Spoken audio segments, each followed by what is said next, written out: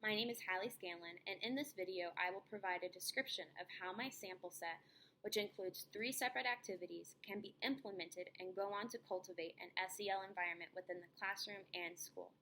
To start off, I will talk a bit about my critical incident analysis. In this analysis, I addressed a specific situation in which one of my students had a disagreement with my partner teacher. One of the main challenges that was prominent throughout the situation, and many other situations that I've experienced in school, was my student not knowing how to handle their emotions or how to move on with their day.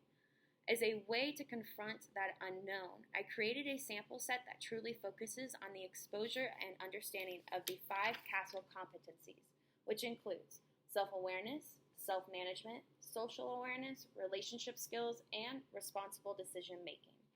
The challenge that the sample set specifically addresses would be how little information my students have on the CASEL competencies and lack of strategies to best move forward whenever a tough situation occurs. When my students are unaware of how they are feeling and how to act in a situation, they lash out. The lash out could be done in a form of refusing to do work, talking out, leaving the classroom, or more.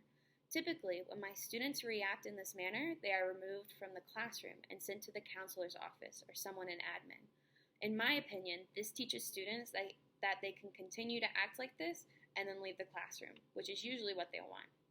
My sample set works to create a system of self-accountability by providing students with both resources and strategies that they can go on to implement on their own in a moment of struggle or stress. Since this is my first SEL curricular approach, it is important for me to recognize its strengths and areas of growth. My 3 routines and activities are whole school recognition, 5 CASEL corners, and guardian share. The strengths of my sample set include the well-rounded focus of all 5 competencies, the inclusion of our community, and the whole school recognition and award system of positively embodying these competencies. I found my areas of growth specifically with the guardian share activity. I recognized that bringing in guardians, family members, or adults in general into a classroom could be challenging. It could leave students feeling left out, unimportant, ashamed, or uncomfortable. I will have to focus on making sure all students feel included and are able to benefit from this activity. I can do so by allowing students time to write down any sort of feedback or concerns they have about these activities after I share each one with them. Since my sample set is heavily focused on exposure and understanding of all 5 competencies, I would say each activity either rewards and informs students on all 5. Taking a look at each one, I would say all 5 are individually connected as well. The connection to self-awareness is made in the whole school recognition, as students are provided an opportunity to recognize their strengths and values.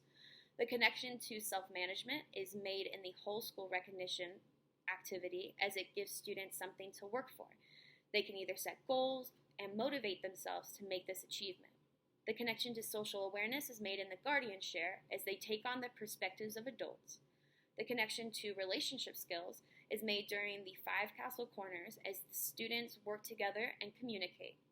Finally, the connection to responsible decision-making is made out of the 3 activities, as students have to take in the information, process it, and decide how they want to use it. 2 specific pieces of work that were assigned through this course guided me while creating the sample set. The first was the podcast, Richard Davidson, a neuroscientist on love and learning. In this podcast, Richard Davidson puts an emphasis on practicing emotional recognition and coping. I feel as if this practicing can only be accomplished once students are informed of their emotions and on different strategies to best regulate how they feel and how they act. I feel as if my sample set provides that opportunity to learn about these factors and then go on to practice them to prepare themselves for any possible struggles. A second piece of work that guided me while creating my sample set was the TED Talk done by Jeff Duncan Andrade, Growing Roses in Concrete.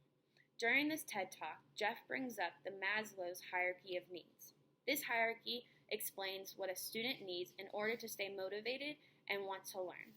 The foundation of this hierarchy is grounded in psychological, physiological needs, and safety needs, like overall feeling safe and comfortable.